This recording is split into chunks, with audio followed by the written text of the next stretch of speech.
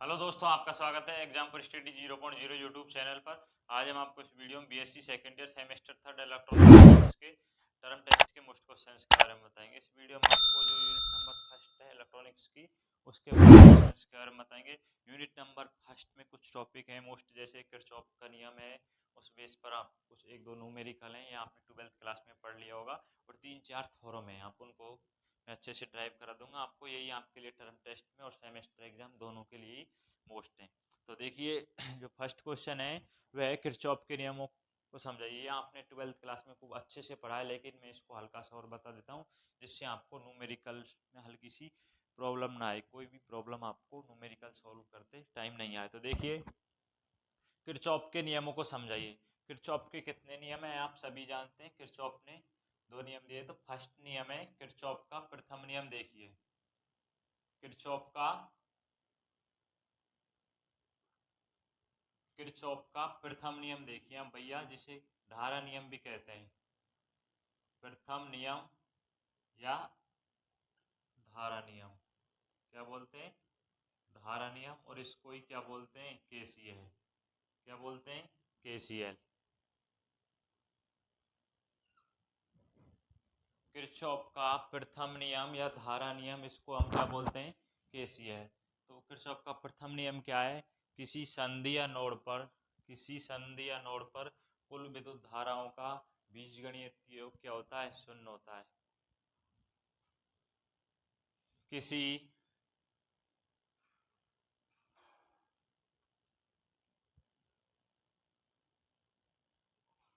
किसी संधि या नोड पर कुल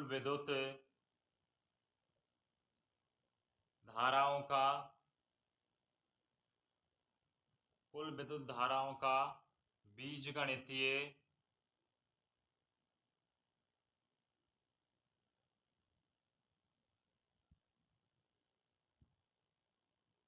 बीजगणितीय योग क्या होता है? शून्य होता है। योग शून्य होता है। ये किरचॉफ का प्रथम नियम है, जिसे धारा नियम भी कहते हैं। किसी संधि या नोड पर कुल विद्युत धाराओं का बीजगणितीय योग क्या होता है? शून्य होता है। समेशन आई बराबर क्या होता है? जीरो। समेशन आई बराबर क्या होता है? जीरो। जो धाराएं, ये ध्यान रखना, किरचॉफ के फर्स्ट नियम में जो धारा नियम है केवीएल, जो धाराएं नोड की ओर आ रही हैं उन्हें धनात्मक मानते हैं। उनका मान कैसा मानते हैं? धनात्मक। और जो नोड से बाहर की ओर निकल रही हैं उनको हम क्या मानते हैं? नेगेटिव। क्या मानते हैं? नेगेटिव। जैसे इसको I1, I2, I3, I4, I5 और I6। फर्स्ट नियम क्या कहता है कि किसी संधि या नोड पर कुल विद्युत धाराओं का बीजगणितीय योग शून्य होता है। जो धाराएं नोड की ओर आती है उन्हें धनात्मक मानते हैं उनका मान, और जो नोड से बाहर की ओर निकलती है उनका माइनस। तो देखिए, I one I one I minus I2 minus I3 minus I4 minus I5 और प्लस में I6 बराबर में आ जाएगा जीरो। क्या आ जाएगा? जीरो। ये क्या है? किरचॉफ का प्रथम नियम है, जिसे धारा नियम कहते हैं, केसीएल। ये आपको काफ़ी न्यूमेरिकल्स में केसीएल का लगाना होगा। जैसे देखिए, किरचॉफ का द्वितीय नियम। किरचॉफ के नियमों को समझाने के बाद मैं आपको एक न्यूमेरिकल कराऊंगा, जिससे आपको अच्छे से क्लियर हो जाएगा। देखिए, किरचॉफ का फर्स्ट नियम आपको समझ आ गया होगा, या आपने 12th क्लास में खूब अच्छे से पढ़ा है। किसी संधि या नोड पर कुल विद्युत धाराओं का बीजगणितीय योग कैसा होता है? शून्य होता है। जो धाराएं नोड की ओर आती हैं उनका मान धनात्मक मानते हैं, और जो धाराएं नोड से बाहर की ओर निकलती हैं उनका माइनस। समेशन आई बराबर क्या होता है? जीरो। इसे हम क्या कहते हैं? धारा नियम या किरचॉफ का प्रथम नियम या केसीएल। सेकंड देखिए, किरचॉफ का द्वितीय नियम। किरचॉफ का द्वितीय नियम। किरचॉफ का द्वितीय नियम जो न्यूमेरिकल आता है वो इसी बेस पर आता है भैया, किरचॉफ के द्वितीय नियम पर, केबीएल या वोल्टता नियम, वोल्टता नियम यानी कि केबीएल। इसमें कुछ नोट्स हैं, जो रूल्स हैं उनको आप ध्यान रखना। पहले तो आप किरचॉफ का द्वितीय नियम देखिए क्या है, केबीएल। किसी विद्युत परिपथ में किसी बंद पास या लूप में, क्या है कि विद्युत परिपथ है कोई, उसमें बंद पास या लूप में निश्चित दिशाओं में चलते हुए वोल्टताओं का बीजगणित योग क्या होता है, शून्य होता है। तो देखिए विद्युत परिपथ में, विद्युत परिपथ में किसी बंद पास या लूप में, पास या लूप में निश्चित दिशाओं में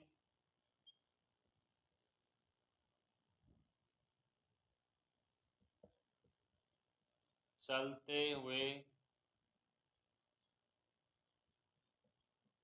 वोल्टताओं का, वोल्टताओं का बीजगणितीय योग कैसा होता है, शून्य होता है भैया। बीजगणितीय योग शून्य होता है, बीजगणितीय योग शून्य होता है। समेशन बी बराबर क्या आ जाएगा, 0। विद्युत परिपथ में किसी बंद पास या लूप में निश्चित दिशाओं में चलते हुए वोल्टताओं का बीजगणितीय योग कैसा होता है, शून्य होता है। समेशन बी बराबर 0। इसमें कुछ नोट्स यानी कि रूल है, उनको ध्यान रखना। धारा की दिशा में चलने पर, धारा की दिशा में चलने पर हम क्या लेते हैं, विभवांतर V बराबर IR लेते हैं। क्या लेते हैं, धारा की दिशा में चलने पर विभवांतर V बराबर IR लेते हैं, और धारा की विपरीत दिशा में चलने पर V बराबर -IR लेते हैं, -IR लेते हैं। और ये ध्यान रखना,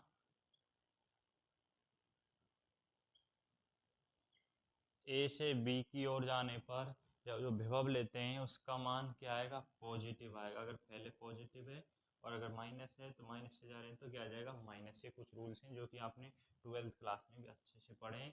अब इस बेस पर आप एक न्यूमेरिकल देखना केबीएल पर, जिससे आपको अच्छे से समझ आ जाएगा। आपसे सिर्फ इतना पूछ सकता है, किरचॉफ के प्रथम नियम और द्वितीय नियम को समझा, उनकी डेफिनेशन पूछ सकता है, और उस पर आपको एक न्यूमेरिकल अवश्य आएगा भैया। केबीएल पर एक न्यूमेरिकल पूछ लेगा। टर्म टेस्ट में तो आपसे पूछ है नहीं, पर सेमेस्टर एग्जाम में आपसे जरूर पूछ सकता है। तो देखिए,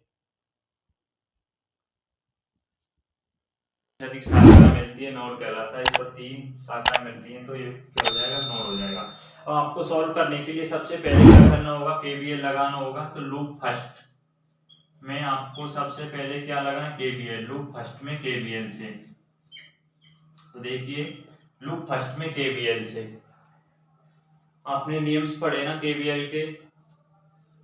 लूप फर्स्ट में आपको क्या लगाना है, केवीएल लगाना है। तो आप यहां से चले, बैटरी या सेल का आपको विभव कितना दे रखा है, 18 वोल्ट, तो माइनस क्या आ जाएगा, 18। फिर धारा की दिशा में चलने पर विभवांतर कैसा लेना है, V बराबर IR, तो प्लस में I1, क्योंकि सूत्र होता है V बराबर IR। क्या होता है, V बराबर IR। I का मान क्या है, I1, और R प्रतिरोध का मान दे रखा है 12, तो V बराबर क्या हो जाएगा, IR। प्लस में 6I1 माइनस I2 बराबर में 0 आ जाएगा, -18 plus 12I1 plus 6I1 minus 6I2 बराबर में 0। अब इसको आप कैलकुलेट कीजिए। 18I1 प्लस में माइनस 6I2 बराबर 18। अब यहाँ से आपको कुछ कॉमन नजर आ रहा होगा, इसमें से आप 6 कॉमन ले लीजिए, इससे कैंसिल हो जाएगा। तो 3I1 माइनस I2 बराबर में 3। इसको समीकरण नंबर 1 मान लीजिए। क्या मान लीजिए? समीकरण नंबर 1 मान लीजिए। आपको क्या करना होगा, सबसे पहले लूप मानना है उसमें, फिर लूप में क्रम से लूप फर्स्ट में, सेकंड, थर्ड, जितने भी लूप बनते हैं विद्युत परिपथ में, आपको सभी में क्या लगाना है? केवीएल लगाना है। केवीएल लगाना आप सभी जानते हैं, 12th क्लास से पढ़ते आ रहे हैं, 12th 11th। तो देखिए इसी प्रकार से आपको लूप सेकंड में केवीएल लगाना है। लूप सेकंड में केवीएल से लगाइए। लूप सेकंड में देखिए, यहां से आप स्टार्ट कीजिए। I2 विभवांतर B बराबर IR, धारा की दिशा में चलने पर कैसा लेना है? धनात्मक। तो I2 आ जाएगा, क्योंकि प्रतिरोध का मान आपको कितना दे रखा है? 1। फिर बैटरी या सेल का विभव दे रखा है -2L आ जाएगा भैया, क्योंकि माइनस से। फिर धारा की दिशा में चलते गए विभवांतर आ जाएगा प्लस में I2। अब आप धारा की विपरीत दिशा में चल रहे हैं, धारा इधर से आ रही है और आप इधर से जा रहे हैं, तो -6I1 -I2 बराबर क्या हो जाएगा? 0। -6I1 -I2 बराबर 0। I2 minus plus I2 -6I1 plus में 6I2 बराबर में आ जाएगा ये 0। अब इसको कैलकुलेट कीजिए। 8I2 -6I1 बराबर 12। सॉल्व कीजिए। इसमें से आप यहाँ से 2 कॉमन ले लीजिए भैया। 2 कॉमन लेंगे तो -3I1 प्लस में 4I2, इस प्रकार से लिख देता हूँ, बराबर में 6। इसको हम समीकरण नंबर 2 मान लीजिए। क्या मान लीजिए? समीकरण नंबर 2। अब समीकरण 1 व 2 से आपको क्या मान निकालना है? निम्न परिपथ में प्रत्येक भाग में धारा का मान निकालना है। समीकरण 1 व 2 से देखिए, समीकरण 1 व 2 से देखिए, आप समीकरण नंबर 1 से देखिए, आप I2 का मान निकाल लीजिए और समीकरण नंबर 2 में पुट कर दीजिए। तो समीकरण 1 से I2 का मान निकल कर आएगा। आप इसको सॉल्व करेंगे तो I2 बराबर 3I1 -3 हम ये लिख सकते हैं। अब इस मान को हम समीकरण नंबर 2 में रख दीजिए। -3I1 प्लस में 4 3I1 -3 बराबर में 6 -3I1 प्लस 2I1 -2L बराबर में 6 9I1 बराबर में 80। तो I1 बराबर आ जाएगा भैया 2। I1 बराबर क्या आ जाएगा? 2। I1 बराबर 2 आ जाएगा। I1 का मान आप इसमें रख दीजिए किसी भी समीकरण नंबर 1 या 2 में, तो I2 का मान निकल कर आएगा भैया 3। रखकर देख लेना। I1 का मान आप इसमें रखेंगे 2, 6 हो जाएगा, पक्षांतरण दल से करेंगे तो I2 बराबर क्या आ जाएगा? 3। I1 का मान निकल कर आ गया, I2 का मान निकल कर आ गया। हमें प्रत्येक भाग में धारा का मान ज्ञात करना है। अब I1 -I2 का मान निकालना है, तो I1 -I2 का मान हो जाएगा बराबर 1। केवीएल से इस टाइप का क्वेश्चन आपको आता है, विद्युत परिपथ दे दिया जाएगा, उसमें प्रत्येक भाग में आपसे धारा का मान निकलवा सकता है। तो आपको सबसे पहले क्या करना है कि आपको लूप मानना है, फिर लूप में आपको क्या लगाना है? केवीएल लगाना है। केवीएल लगाना बहुत ही आसान है। फिर इस प्रकार से क्वेश्चन आपका सॉल्व हो जाएगा। अब देखिए, मैं आपको कुछ थ्योरम है उनको कराता हूँ। इस चैप्टर में 4-5 थ्योरम है जो मोस्ट है, उनको करा दूंगा। लगभग मैं आपको 2-3 थ्योरम्स को तो करा ही रहूंगा। तो देखिए,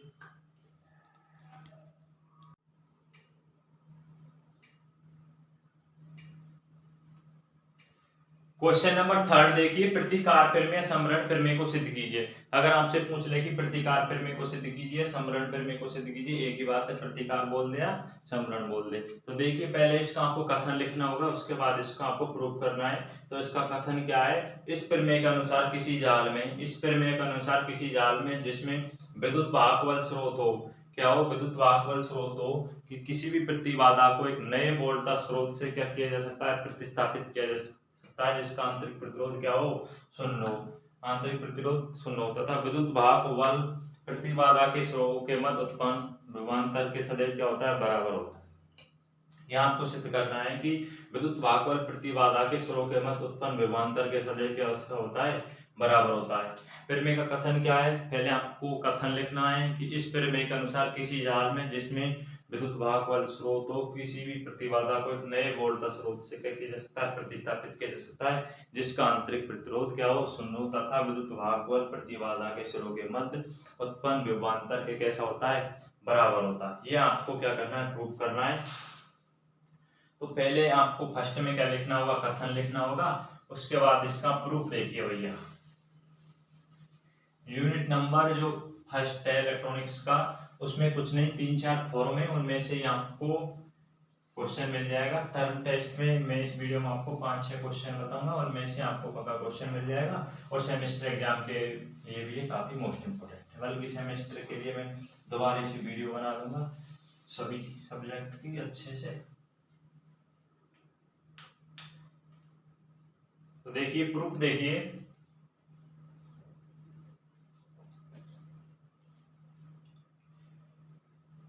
आपको सबसे पहले क्या बनाना है? विद्युत परिपथ।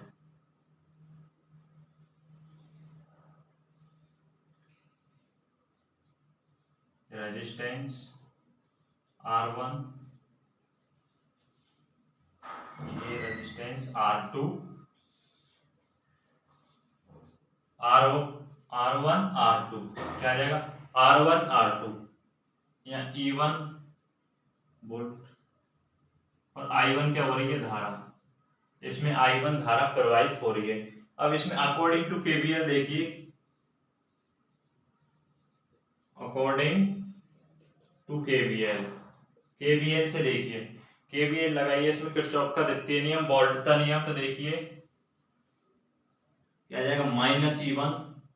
इसीलिए मैंने किरचॉफ का नियम बताया था जो फर्स्ट क्वेश्चन में, और उस बेस पर क्वेश्चन बताया कि आपको लगभग सभी थ्योरम में और डेरिवेशन जो भी न्यूमेरिकल है सभी को सॉल्व करने के लिए हेल्प करेगा। तो -E1 माइनस आ जाएगा, तो माइनस की तरफ से चल -E1 प्लस I1 प्लस में I1 R2 बराबर में क्या आ जाएगा?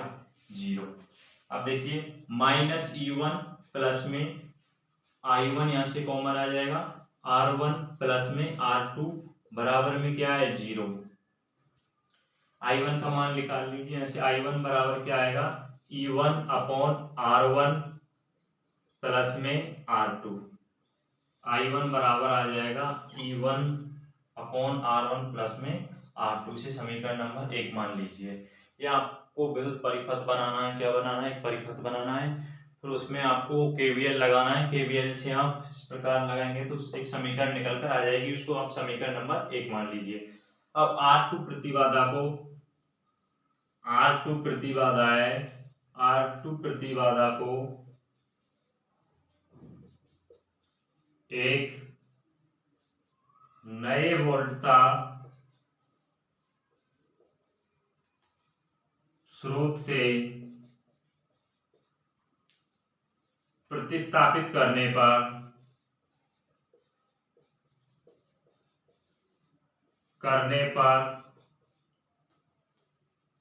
R2 प्रतिबाधा को एक नए वोल्टता स्रोत से प्रतिस्थापित करने पर इसके सिरों पर वोल्टता क्या ज्ञात करनी है? इसके सिरों पर वोल्टता। देखिए ये आपको थोड़ा सा ध्यान रखना होगा कि E2 बराबर E1 R2 upon R1 plus में R2। जब R2 प्रतिबाधा को एक नए वोल्टता स्रोत से प्रतिस्थापित करने पर इसके सिरों पर जो वोल्टता होती है E2 बराबर E1 R2 upon R1 plus R2। मैं हल्का सा देख लेता हूँ कि आपको दिख रहा है नहीं, यहाँ नजर नहीं आ रहा भैया, इसको मैं यहाँ लिख देता हूँ। E2 बराबर आ जाएगा E1 R2 अपॉन में R1 प्लस में R2।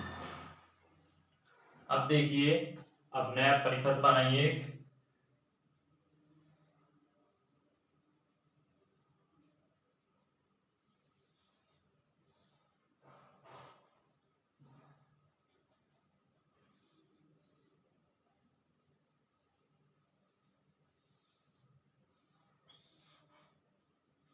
I2 धारक और R1 और ये आ जाएगा E2 और E1। अब इसमें भी KVL से अकॉर्डिंग टू वही KVL से KVL लगा दी भैया, इसमें भी -E1 क्या आ जाएगा, -E1 प्लस में I2 R1 प्लस में क्या आ जाएगा E2 बराबर में 0, बराबर में क्या आ जाएगा 0। अब यहां से देखिए हमें क्या करना है कि I1 का मान और I2 के बराबर रखना है। I1 का जो मान है वो I2 के बराबर करना है, तभी जो प्रतिकार प्रमेय या समरण प्रमेय क्या हो जाती है, सिद्ध हो जाती है। और ये उसका क्या है, कथन है। तो यहाँ से देखिए I2 R1 बराबर, इसका पक्षांतरण कर दीजिए, E1 सॉरी यहाँ पर R2 हो रहेगा, E2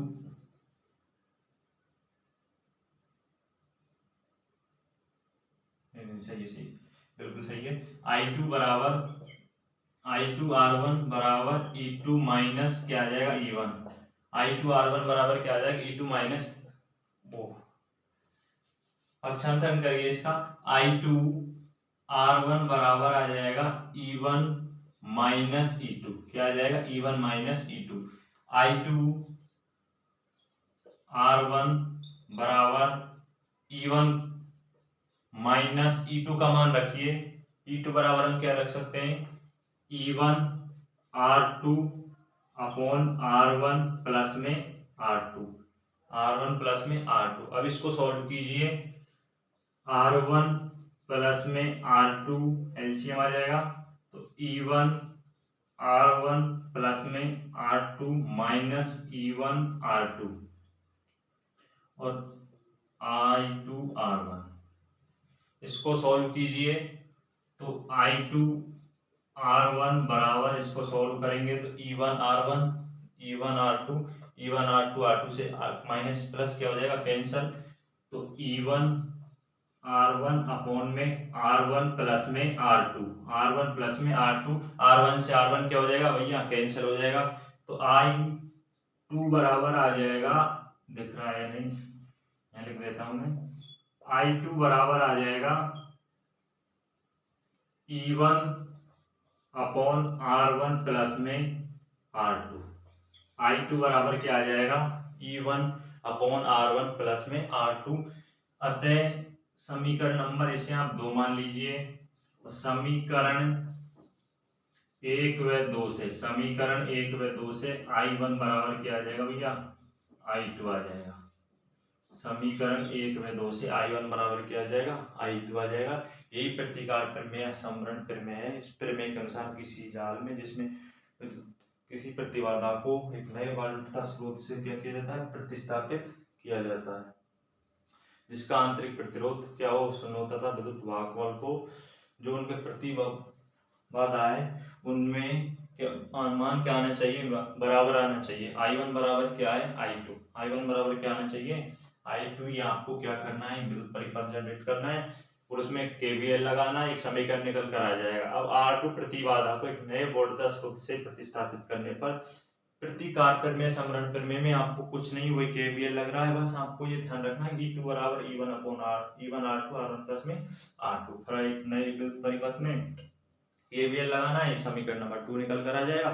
समीकरण 1 व 2 के मान बराबर आ जाएंगे, तो I1 बराबर क्या हो जाएगा, I2। नेक्स्ट देखिए,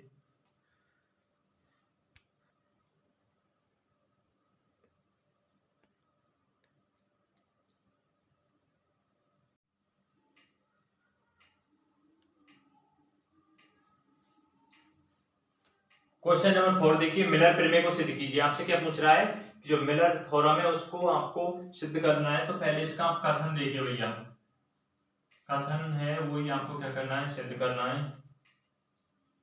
कथन है किसी चतु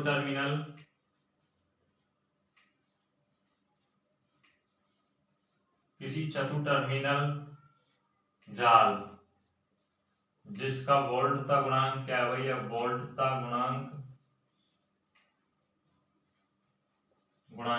ए है। किसी चतु टर्मिनल जाल के निवेशी व निर्गम पोर्ट के मध्य प्रतिबाधा क्या है भैया, जेड है। प्रतिबाधा क्या है, जेड है। किसी चतुर टर्मिनल जाल के निवेशीय निगम पोर्ट के मध्य प्रतिबाधा जेड है, तो यह प्रतिबाधा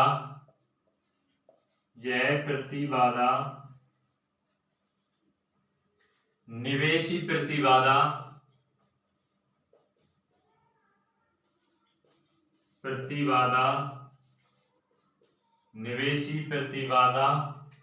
तो यह निवेशी प्रतिबाधा जेड अपॉन 1 माइनस ए व निर्गम प्रतिबाधा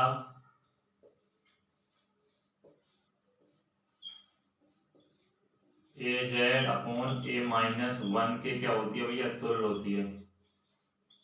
1 के तुल्य होती है। और यही आपको सिद्ध करना है, प्रूफ करना है कि किसी चतुर टर्मिनल जाल के निवेशी और निर्गम पोर्ट के बाद प्रतिबाधा जेड है, तो यह प्रतिबाधा निवेशी प्रतिबाधा जेड 1 अपॉन माइनस ए ओम है, निर्गम प्रतिबाधा ए जेड अपॉन ए माइनस 1 के तुल्य होती है। अब आपको इसका प्रूफ देखिए किस प्रकार से करना है। पहले आप निवेशी देखिए, B1 से जेड की ओर प्रवाहित होने वाली धारा, B1 से जेड की ओर प्रवाहित धारा, थोड़ेटिकल सा ऐसा कैलकुलेट कुछ है नहीं। देखिए B1 से जेड की ओर प्रवाहित धारा I1, ये जो मिलर थ्योरम है, इससे पहले एक टॉपिक और है, चतुर टर्मिनल जाल के लिए निवेशी और निर्गम प्रतिबाधा ज्ञात कीजिए। चतुर टर्मिनल जाल के लिए निवेशी व निर्गम प्रतिबाधा ज्ञात कीजिए। वो टॉपिक्स आप और इस प्रमेय से पहले पढ़ के आएंगे तो ये आपको थोड़ा अच्छा समझ आएगा। मैंने वो कराया नहीं, बल्कि सेमेस्टर एग्जाम के में तो जो वीडियो बनेगी उसमें मैं उसको करा दूंगा, लेकिन टर्म टेस्ट के लिए यही मोस्ट है। B1 से Z की ओर प्रवाहित धारा I1 बराबर B1 minus B2 upon Z, I1 बराबर B1 minus B2 upon Z। अब यहाँ से देखिए ए क्या है, वोल्टता गुणांक है चतुर टर्मिनल जाल का। उसमें जो चतुर टर्मिनल जाल जो टॉपिक है उसमें आपको अच्छे से क्लियर हो जाएगा ये प्रमेय भी, लेकिन अब आप पहले मिलर प्रमेय को देख लीजिए, वो टॉपिक आप हल्का सा बुक से देख लेना। ए बराबर B2 अपॉन B1, ए बराबर B2 अपॉन B1, तो I1 बराबर B1 माइनस B2 की जगह क्या रख सकते हैं, B1 ए, B2 की जगह क्या रख सकते हैं, B1 ए, अपॉन में आ जाएगा ये Z। I1 बराबर B1 यहाँ से कॉमन आ जाएगा 1 माइनस ए अपॉन में Z, I1 अपॉन B1 बराबर 1 माइनस ए अपॉन में Z। अब इसको आप रिवर्स कर दीजिए, B1 अपॉन I1 बराबर Z upon 1 minus A, V1 upon B upon I क्या होती है, प्रतिबाधा, तो Z इन बराबर Z अपॉन 1 माइनस ए, ये क्या हो जाएगी, निवेशी। कौन सी प्रतिबाधा हो जाएगी भैया, निवेशी। जबकि आपको ये सिद्ध करना है कि निवेशी प्रतिबाधा Z अपॉन 1 माइनस ए, निर्गम प्रतिबाधा ए Z अपॉन ए माइनस 1 के क्या होती है, तुल्य होती है। अब देखिए अब आपको क्या करना है, V2 से Z की ओर प्रवाहित धारा, B2 से Z की ओर प्रवाहित धारा,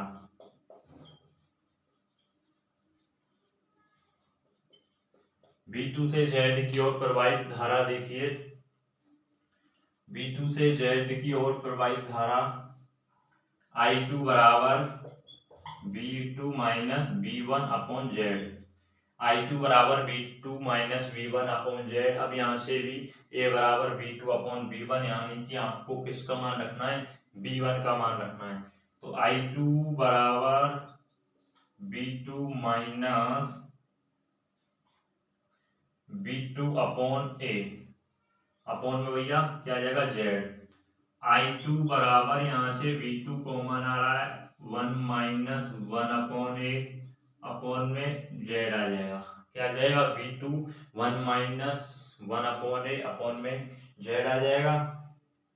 अब देखिए I2 अपॉन V2 बराबर में इसको सॉल्व कीजिए a माइनस 1 अपॉन जेड है या ए जेड कुछ भी लिख देना। अब इसको रिवर्स कर दीजिए, तो रिवर्स करेंगे तो V2 अपॉन I2 बराबर में ए जेड अपॉन ए माइनस 1 जेड नोट बराबर, इसको प्रतिबाधा का सूत्र होता है जेड बराबर बी अपॉन आई बराबर ए जेड अपॉन ए माइनस 1। तो ये कौन सी प्रतिबाधा भैया, निर्गम प्रतिबाधा। और यही आपको प्रूव करना था, इसी को क्या कहते हैं, मिलर थ्योरम कहते हैं। किसी चतुर टर्मिनल जाल में के निवेशी व निर्गम पोर्ट के मध्य प्रतिबाधा जेड है, तो यह प्रतिबाधा निवेशी प्रतिबाधा जेड अपॉन 1 माइनस ए निर्गम प्रतिबाधा ए जेड अपॉन ए माइनस के तुल्य होती है। निवेशी देखिए B1 से जेड की ओर प्रवाहित धारा I1 बराबर B1 minus B2 upon Z. हल्का सा डाउट लग रहा होगा, ये थोड़ा जो टॉपिक है ना मैंने बताया उसको पढ़ने से अच्छा क्लियर हो जाएगा।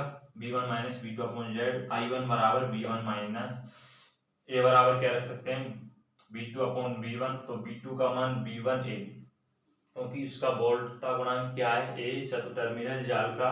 इस प्रकार आप इसको सॉल्व करेंगे, निवेश निकल आएगा। इसी प्रकार B2 से जेड की ओर प्रवाहित धारा, दो थ्योरम हो चुकी है।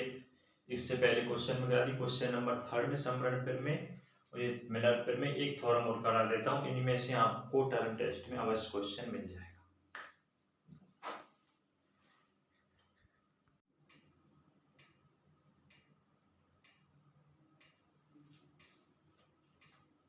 क्वेश्चन नंबर 5 देखिए, पारंपरिकता प्रमेय को सिद्ध कीजिए। क्वेश्चन नंबर 5 में क्या है, पारंपरिकता प्रमेय को सिद्ध कीजिए। इससे पहले हम मिलर प्रमेय करा चुके थे, आपको एक समरण प्रमेय, प्रतिकार प्रमेय और किरचॉफ्स के नियम बता चुके थे। ये नंबर जो फर्स्ट है इलेक्ट्रॉनिक्स का, उसके कुछ मोस्ट टॉपिक हैं टर्म टेस्ट के लिए। तो पारंपरिकता प्रमेय को सिद्ध कीजिए। पहले आपको क्या करना है, इसका कथन लिखना है, कथन लिखना है। उसके बाद आपको इसको प्रूव करना है कि कथन क्या कह रहा है, उसके द्वारा आपको क्या करना है, इसको प्रूव करना है यानी कि सिद्ध करना है। तो कथन क्या कहता है देखिए, द्विपार्श्विक रेखीय प्रतिबाधा से युक्त जाल में द्विपार्श्विक रेखीय प्रतिबाधा से युक्त जाल में यदि एक स्रोत है, क्या है, स्रोत है जिसका विद्युत भागफल कितना है, ई दे रखा है। द्विपार्श्विक रेखीय प्रतिबाधा से युक्त जाल में एक स्रोत जिसका विद्युत भागफल क्या है, ई है।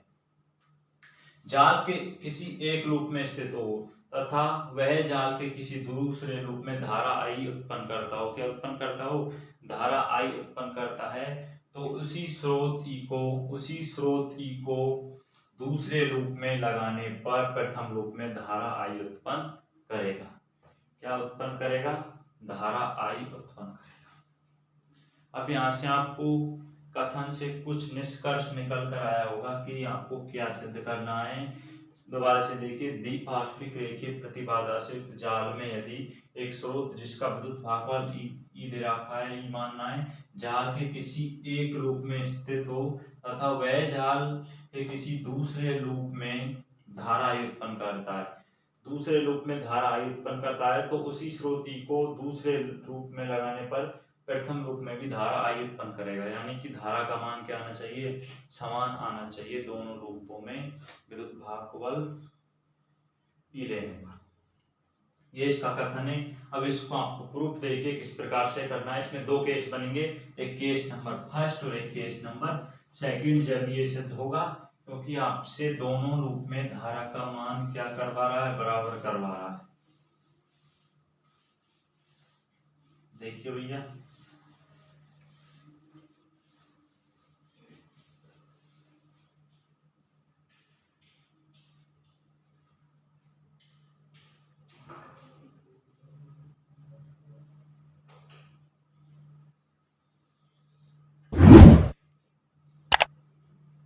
रेजिस्टेंस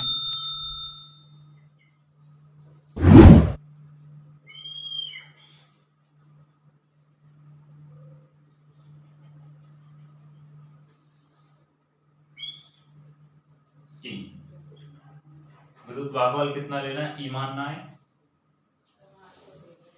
Z1 Z2 और Z3। आपको इसमें देखना है कि नोड विश्लेषण लगाना है। नोड या संधि विश्लेषण एक टॉपिक है यूनिट नंबर फर्स्ट में ही, वो आपने पढ़ा होगा कि नोड विश्लेषण क्या होता है। इसमें आपको लूप अज्यूम करना है। सबसे पहले लूप देखना है, लूप कितने हैं इसमें, 2 लूप नजर आ रहे हैं।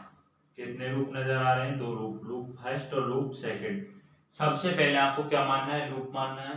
फिर आपको धारा का माननी है या धारा माननी है, धारा अज्यूम करनी है। तो मैं मान लेता हूं I1 I2। और नोड विश्लेषण में ये हो रहा है कि दोनों लूप में धारा की दिशा, मतलब जितने भी लूप है उन सभी में धारा की दिशा एक ही होनी चाहिए। तो ये क्या हो जाएगी, I1 I2। अब देखिए case number first, case first देखिए भैया, लूप फर्स्ट में, केस फर्स्ट देखिए, लूप फर्स्ट में केवीएल से, लूप फर्स्ट में किससे, केवीएल से। देखिए किरचॉफ के द्वितीय नियम से -E प्लस में धारा की दिशा में चलने पर I1 Z1 प्लस Z3 धारा की दिशा में चलने पर I1 और धारा की, तो ये आ जाएगा I1 माइनस I2। ये ध्यान रखना, जिस लूप में निकाल रहे हैं उसके लिए धारा का मान हमेशा पॉजिटिव आएगा, दूसरे का माइनस। तो इसको सॉल्व कीजिए, -E plus I1 Z1 plus में Z3 I1 minus Z3 I2। यहाँ से देखिए -Z3 I2 प्लस में I1 Z1 प्लस में Z3 बराबर क्या आ जाएगा भैया, E आ जाएगा, Z3 बराबर E। इसको आप समीकरण नंबर 1 मान लीजिए। क्या मान लीजिए, समीकरण नंबर 1 मान लीजिए। -Z3 I2 plus I1 Z1 plus Z3 बराबर, इसको समीकरण नंबर 1 मान लीजिए। अब देखिए लूप नंबर सेकंड में, लूप सेकंड में वही केवीएल से, लूप सेकंड में केवीएल लगाने पर Z2 I2 प्लस में Z2 I2 प्लस में Z3 I2 माइनस I1। धारा की दिशा में चलने पर Z2 धारा की दिशा में चलेंगे तो प्लस, धारा की दिशा में माइनस। Z3 से इधर से जाएंगे तो I2 पॉजिटिव आ जाएगा और I1 क्या आ जाएगा, नेगेटिव आ जाएगा। ये आप ये ध्यान रखना कि जिस लूप के लिए निकालें उसमें हमेशा पॉजिटिव आएगी धारा और दूसरे के लिए विपरीत माइनस लेना है। Z2 I2 प्लस में Z3 I2 minus Z3 I1 minus Z3 I1।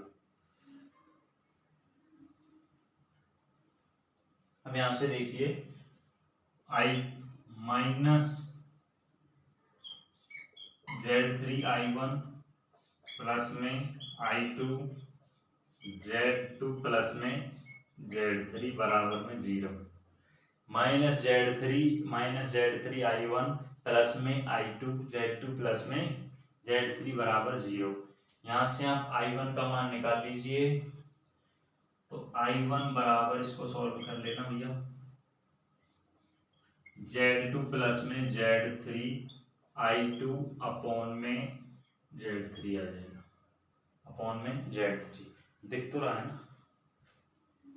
हाँ, I1 का मान आ जाएगा, वो आपको I1 का मान समीकरण नंबर 1 में रख दीजिए। I1 का मान समीकरण नंबर 1 में रख दीजिए। इसे आप समीकरण नंबर 2 मान लेना। समीकरण 2 से 1 में मान रखने पर, समीकरण नंबर 2 से समीकरण 1 में I1 का मान रखने पर, तो देखिए माइनस Z3 I2 प्लस में Z1 प्लस Z3, I1 का मान क्या रखना है आपको, Z2 प्लस में Z3I2 अपॉन में Z3 और बराबर में क्या भैया E, बराबर में E। अब इसको आप सॉल्व कीजिए, -Z3I2 प्लस में इसको आप गुणा कर लीजिए, कुछ रह नहीं गया वो, -Z3I2 प्लस में Z1, यहाँ से I2 को आप कॉमन ले लेना, Z1 -Z3 plus Z1 Z2 plus Z1 Z3 plus Z2 Z3 plus में क्या आ जाएगा, Z3 का स्क्वायर प्लस में Z3 का स्क्वायर, और Z3 इधर और है तो इस पे भी क्या आ जाएगा, गुणा होगा, स्क्वायर आ जाएगा, क्या आ जाएगा, स्क्वायर, और बराबर में इसे गुणा होगा Z3E आ जाएगा भैया, Z3E आ जाएगा। कैलकुलेशन करनी है आप कर लेना, हल्का सा आपको मिस्टेक नजर आ रही है कोई, Z3 से Z3 का भैया कैंसिल हो जाएगा, I2 आपको बाहर निकाल ही रखा था आपने, दोनों में से क्या आ रहा था, I2 कॉमन आ रहा था, तो I2 बराबर जो मान निकल कर आएगा ना, I2 बराबर, उस इक्वेशन को सॉल्व करेंगे तो I2 बराबर आएगा Z3E अपॉन में Z1 Z2 प्लस में Z1 Z3 प्लस में Z2 Z3 ये हो गया केस नंबर फर्स्ट भैया, ये आपको ध्यान रखना है, इस प्रकार से आप केस नंबर फर्स्ट में निकाल सकते हैं। कुछ नहीं, सभी प्रमेय ना जितनी थी, तो एक प्रमेय और बची है, उसको आप टर्म टेस्ट के लिए यही काफी है, सभी में क्या करना है आपको, वही केवीएल लगाना, केवीएल, इसलिए मैंने फर्स्ट क्वेश्चन आपको किरचॉफ का नियम का बताया, उस पर एक बेस पर न्यूमेरिकल कल कराए, और सेमेस्टर एग्जाम के लिए अलग से न्यूमेरिकल्स करा दूँ, सब किरचॉफ के नियम पे जो भी प्रमेय सभी में केवीएल लगेगा, किसी में केसीएल, तो इसलिए आपको अच्छे से नियम आना चाहिए। अब देखिए, ये लूप केस नंबर फर्स्ट था, इसमें I2 का मान निकल कर आ जाता है। अब आपको केस नंबर सेकंड में मानना है, उसमें देखिए किस प्रकार से सॉल्व करना है, उसका I2 का मान किसके इक्वल आना चाहिए, I2 डैश के आना चाहिए। यही आपसे कथन बोल रहा था, कथन में कि किसी लूप में जो धारा उत्पन्न होती है वो दूसरे लूप में उत्पन्न धारा के मान के बराबर होती है, यही आपसे सिद्ध करवा रहा था, प्रूव करवा रहा था। तो देखिए, मैं इसको इधर लिख देता हूं, I2 बराबर Z3E upon Z1 Z2 plus Z2 Z3 plus में Z1 Z3। अब देखिए भैया,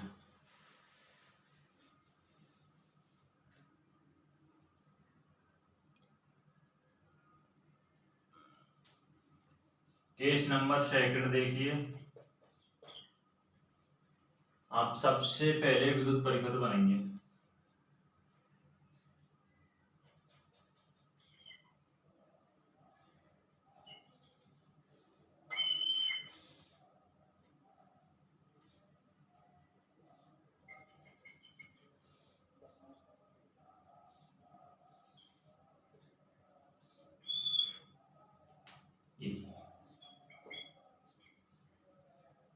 वही Z2 Z1 Z3 I1 dash I2 dash, I1 dash I2 dash, loop first and loop second. सबसे पहले आप लूप सेकंड में केवीएल लगाइए भैया, किसमें, लूप सेकंड में केवीएल से देखिए, लूप सेकंड में आप केवीएल लगाइए, तो -E प्लस में Z2 धारा की दिशा में चलेंगे तो Z2 I1 डैश प्लस में Z3 I1 dash minus I2 dash, -E plus में Z2I1 plus Z3I1 minus Z3I2। इसमें कंफ्यूज मत होना, I1 माइनस I2 में ये ध्यान रखना। सिर्फ अगर आपसे दिशा भी नहीं पता चलता है, वैसे नॉर्मली क्वेश्चन में आपको दिख जाएगा कि अगर जिस लूप के लिए निकाल रहे हैं उसके लिए जो धारा I1 वो पॉजिटिव और जो विपरीत में है वो माइनस में ली जाएगी। Z3I1 minus Z3I2। अब यहाँ से देखिए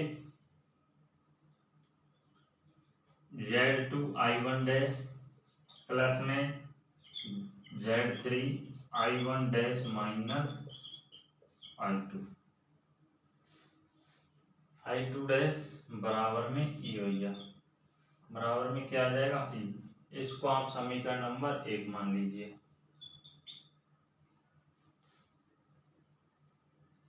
समीकरण नंबर 1 मान लीजिए। समीकरण नंबर वैसे 3 तक हो चुका था, समीकरण नंबर 4। समीकरण नंबर 4 इसको मान लीजिए और समीकरण नंबर ये है 5। ये हो गया लूप सेकंड। अब लूप फर्स्ट में देखिए आप केवीएल से। लूप फर्स्ट में केवीएल से देखिए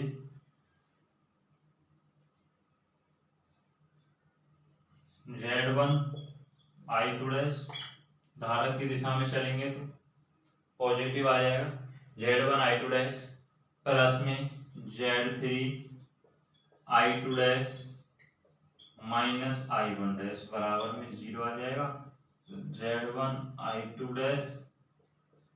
प्लस में Z3I2 माइनस Z3I1 बराबर में 0। I1 Z3 KVL लगाया ना, Z2I1 सॉरी इसमें आपको ऐसा करना है, यहाँ से I1 तो कॉमन लेना है ना। Z2 प्लस में Z3 माइनस Z3I2 बराबर में 30 को समीकरण नंबर 5 मान लीजिए। हमने तो ऐसा ही बोल दिया। I1 Z2 प्लस Z3, इसमें से I1 क्या आ जाएगा, कॉमन आ जाएगा, माइनस Z3I2 बराबर की। अब इसमें देखिए आपको I2 कॉमन नजर आ रहा होगा। Z1 प्लस में Z3 माइनस Z3I1 बराबर में 0। I1 बराबर में 0। अब आप यहाँ से इसको आप समीकरण नंबर 6 मान लीजिए। समीकरण नंबर 6 मान लीजिए और समीकरण नंबर 6 से मान समीकरण नंबर इसमें रख दीजिए 5 में I1 का। I1 का मान आप निकाल लीजिए। I1 का जो मान निकल कर आएगा वो आएगा Z1 प्लस में Z3I2 अपॉन में Z3 इस मान को समीकरण नंबर 5 में रख दीजिए I1 की जगह, तो आपको I2 का मान निकल कर आ जाएगा। जो I2 का मान है वो I2 के मान के बराबर आएगा, यानी कि जो समीकरण नंबर 4 समीकरण नंबर 7 के क्या आ जाएगी, इक्वल आ जाएगी। तो देखिए मैं सॉल्व कर देता हूँ आगे।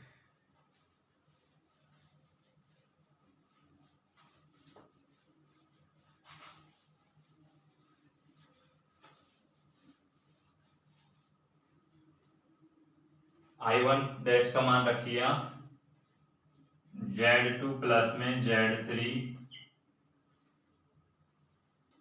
Z1 प्लस में Z3 समीकरण नंबर 6 से I2 अपॉन में Z3 minus Z3I2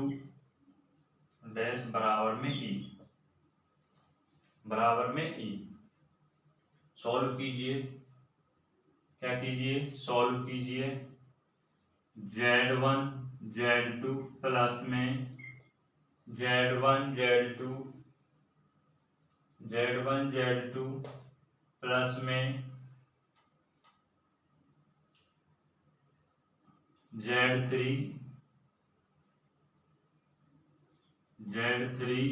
Z1 plus में Z2 Z3 प्लस में Z3 का स्क्वायर और minus Z3 square, I2 dash आप बाहर कॉमन ले लीजिए, बराबर में ई, क्या आ जाएगा ई, सॉरी Z3, जेड का क्या हो जाएगा गुणा, Z3E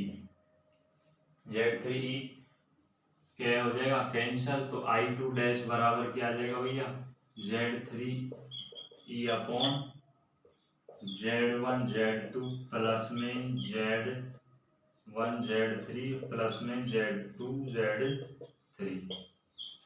इसे आप समीकरण नंबर 7 दीजिए। समीकरण नंबर 4 व 7 कैसे हैं, इक्वल हैं, यानी कि